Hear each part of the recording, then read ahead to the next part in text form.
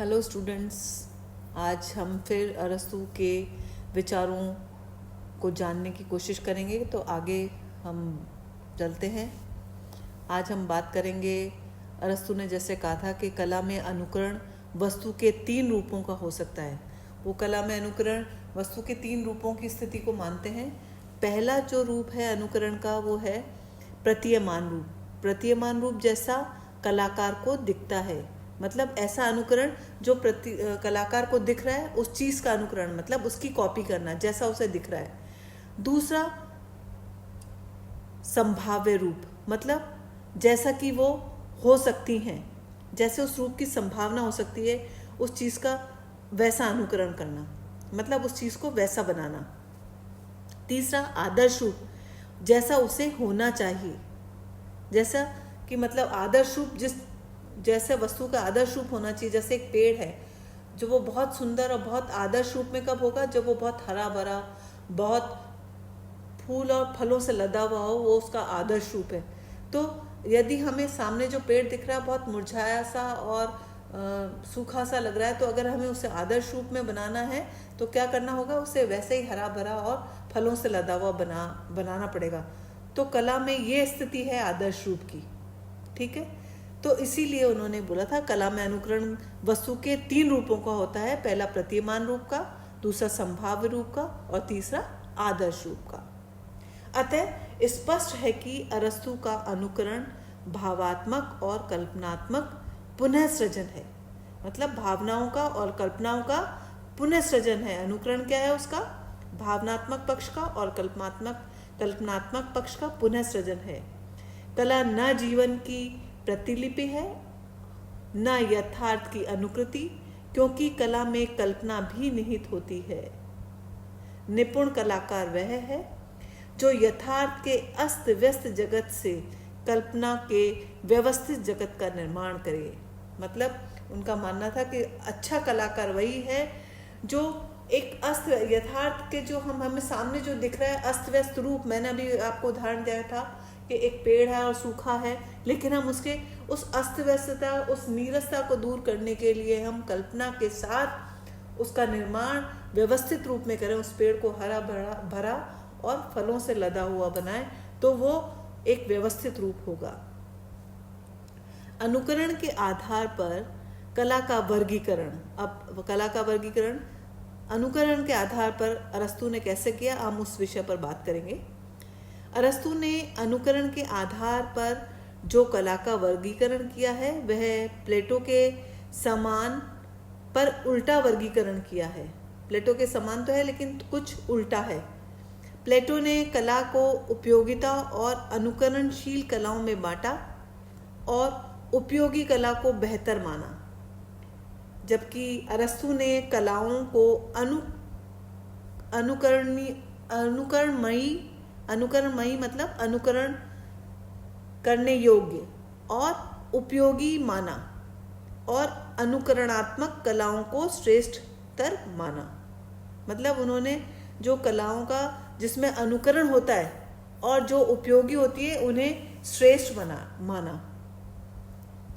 जबकि अरस्तु मानते थे कि कला उपयोगी और अनुकरणशील कलाओं में दो उन्होंने कैटेगरी में माना, एक तो उपयोगी कला में और एक अनुकरण मतलब जो कॉपी वाली कला है वो दो वर्गीकरण किए थे कला के। और उसमें भी बेहतर किसको माना था, जो उपयोगी कला थी, जो काम में आती थी, जो कल्याणकारी थी, जिसको वो कल्याणकारी कला कहते थे। लेकिन अरस्तु क्या कहते थे कि कलाओं का जिनका अनुकरणमयी हो, ऐसी कलाएं जिनका हम कॉपी करने की कोशिश करें, और उपयोगी माना उनको, और उनको उपयोगी माना जिनका अनुकरण हम कर रहे हैं, और अनुकरणात्मक कलाओं को ही उन्होंने श्रेष्ठ माना। तो यहाँ थोड़ा सा इनकी मतभेद था और विचारों में भेद हमें नजर आता है। आगे हम बात करते हैं। अरस्तु ने अनुकरण के आधार पर वर्गीकरण के 3 रूप बताए। किसके आधार पर, अनुकरण के आधार पर वर्गीकरण के 3 रूप बताए। पहला विषय वस्तु। विषय वस्तु के आधार पर कला के 2 भेद माने, उपयोगी कला और ललित कला। किसके आधार पर? विषय वस्तु, मतलब सब्जेक्ट के आधार पर उसने कलाओं का दो क्लासिफिकेशन किया, एक उपयोगी कला कहलाई और एक ललित कला कहलाई। जबकि अनुकरण बाहरी साथ ही जीवन में उपयोगी भी होता है। उन्होंने कहा कि अनुकरण तो भारी होता है लेकिन वो साथ में जीवन के लिए उपयोगी होता है, तब वह शिल्प कला कहलाती है। जब हम उसका भारी अनुकरण करते हैं और जीवन के लिए उपयोगी होती है तो वो कहलाती है शिल्प कला। जैसे बढ़ाई की कला, बढ़ाई का काम, वास्तुकला। और ललित कला में आंतरिक भावों का अनुकरण होता है।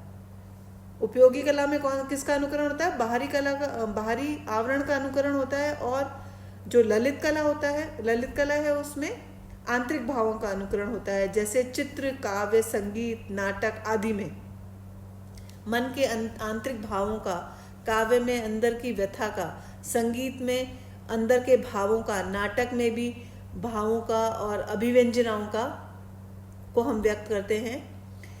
इनका मानना था कि अनुकरण जितना सूक्ष्म होगा कला उतनी ही श्रेष्ठ होगी। मतलब अनुकरण मतलब जितना हम उस चीज को कॉपी करेंगे, उसको कॉपी करने में उस चीज की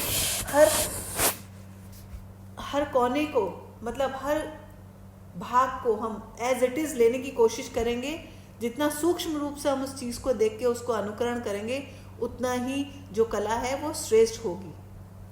जैसे संगीत की बात अगर हम करें तो संगीत में अगर हम कोई राग को गा रहे हैं और गाने वाले ने राग में जो श्रुतियाँ, जो स्वर, जो आरोह अवरोह लिया, अगर वैसा का वैसा ही अगर हम करें एज इट इज, उसी श्रुति पर, उसी स्वर पर, उसी ताल के साथ में करेंगे तो वो श्रेष्ठ होगा। जितना सूक्ष्म हम उसका अनुकरण करेंगे वो कला उतनी ही श्रेष्ठ होगी। दूसरा जो वर्गीकरण का आधार था वो था माध्यम। पहले हम विषय वस्तु थी मतलब सब्जेक्ट का, दूसरा माध्यम मतलब जैसे मैटर, मीडियम, जो माध्यम मतलब मीडियम। माध्यम में शब्द, ध्वनि, रंग, पत्थर आदि आते हैं। इनके आधार पर भी कलाओं के अनेक भेद हो सकते हैं। माध्यम के आधार पर मतलब मीडियम के आधार पर भी हम कह रहे हैं कलाओं का क्लासिफिकेशन हो सकता है। कैसे? शब्द के आधार पर, ध्वनि के आधार पर, रंग के आधार पर, पत्थर पर, ये सारे मीडियम हैं। इन मीडियम से हम कलाओं में अलग अलग भेद हो जाएगा। जैसे अगर शब्द है तो काव्य हो जाएगा, ध्वनि है तो संगीत हो जाएगा, रंग है तो पेंटिंग हो जाएगा, पत्थर होगा तो स्कल्पचर हो जाएंगे या इमारतें हो जाएंगी। जैसे संगीत में लय, ध्वनि, काव्य में शब्द, चित्र में रंग और मूर्ति में पत्थर माध्यम है। जो कला कई माध्यमों को एक साथ प्रयोग करे अरस्तु उसे सर्वश्रेष्ठ मानते हैं, अर्थात नाटक में इन सभी कलाओं का समावेश होता है। एक नाटक का, रंगमंच का, एक कथा का को संयोजित करने के लिए, एक नाटक को बनाने के लिए हमें चित्र की भी ज़रूरत होती है, हमें काव्य की भी ज़रूरत होती है, हमें संगीत की भी ज़रूरत होती है, हमें शब्दों की भी ज़रूरत होती है, हमें चित्रों की भी ज़रूरत होती है। तो इन सब चीज़ों का समावेश नाटक में है, इसीलिए इसको उन्होंने सर्वश्रेष्ठ माना है। ठीक है, जिसमें एक साथ सभी कलाओं का समावेश हो उसे उन्हें सर्वश्रेष्ठ माना है। अब तीसरा जो है वर्गीकरण अनुकरण के आधार पर जो हमारा शैली, क्या माना उन्होंने? शैली। पहला था विषय वस्तु, दूसरा माध्यम मतलब मीडियम और तीसरा है शैली। शैली विधि के आधार पर भी कलाओं का वर्गीकरण संभव है, जो कई प्रकार की हो सकती है, जिसमें क्षेत्र का अपना प्रभाव हो सकता है या यूं कहें कि ये निजित्व लिए हुए हो। अरस्तु के अनुसार कला न तो केवल यथार्थ का अनुकरण है और न भावों का इंद्रजाल है। यह तो सिर्फ प्रतिदिन जीवन से उठता हुआ सार्वभौमिक सत्य और मानव जीवन को प्रकाशमान करता हुआ नव आदर्श है। इस प्रकार प्लेटो के लिए अनुकरण केवल नकल या पुरा अंकन है, किंतु वहीं अरस्तु ने इसमें नया अर्थ भर दिया। वो नया अर्थ क्या था? कला का जन्म मानव की सहज प्रवृत्ति से होता है। इसका जीवन से घनिष्ठ संबंध है। जो वस्तु जीवन के भीतर से प्रकट होती है वह जीवन के लिए महत्वपूर्ण है। दूसरा, कलाओं का मूल अनुकरण है। जब तक हम कला सीखेंगे, कैसे सीखेंगे? उसका मूल जो है वो क्या है? अनुकरण है। जब तक हम कॉपी नहीं करेंगे तब तक हम किसी नई चीज को कैसे सीख सकते हैं? तो इसलिए अरस्तु कहते थे कि कलाओं का मूल मतलब कलाओं की जो जड़ है वो अनुकरण है। जब तक हम अनुकरण नहीं करेंगे तो किसी चीज को सीख नहीं सकते। सही कलाएं अनुकरण के लिए ही होती हैं। दूसरा, अनुकरण शिक्षाप्रद है। बालकाल से ही अनुकरण से ही बच्चा क्या है? सीखता है। बचपन में हम बच्चे को लिखना पढ़ना कैसे सिखाते हैं? बोलना, भाषा किस तरह से सीखता है? कॉपी करके तो सीखता है। तो जब तक वो अनुकरण नहीं करेगा तब तक कैसे सीखा जाएगा? भाषा व लोक व्यवहार भी अनुकरण से ही सीखा जाता है। आगे अरस्तु कहते हैं, अनुकरण आनंद प्रदान करता है। अनुकरण से प्राप्त आनंद सर्वव्यापी है। जब अनुकरण हम करते हैं और वो अनुकरण एज इट इज होता है तो उससे हमें ऐसा लगता है, वाह क्या काम हो गया है, एकदम परफेक्टली एज इट इज किया है, जैसे था, जैसे हमें दिख रहा है। तो इससे अनुकरण से उन्होंने कहा कि इतनी सारी चीज़ें इसमें इतने सारे गुण हैं अनुकरण के जो होना ज़रूरी है, नहीं तो अनुकरण का महत्व ही नहीं है। कला के साथ अनुकरण इसीलिए जुड़ा है क्योंकि अनुकरण करने से ही हम कोई काम सीखते हैं। लेकिन अनुकरण करना कोई नकल करना या उसका पूरा अंकन करना नहीं है। उसका मतलब है उसमें एक नया अर्थ है, इससे हम सीखते हैं। अनुकरण हमारे लिए शिक्षाप्रद है और इससे हमें आनंद प्राप्त होता है।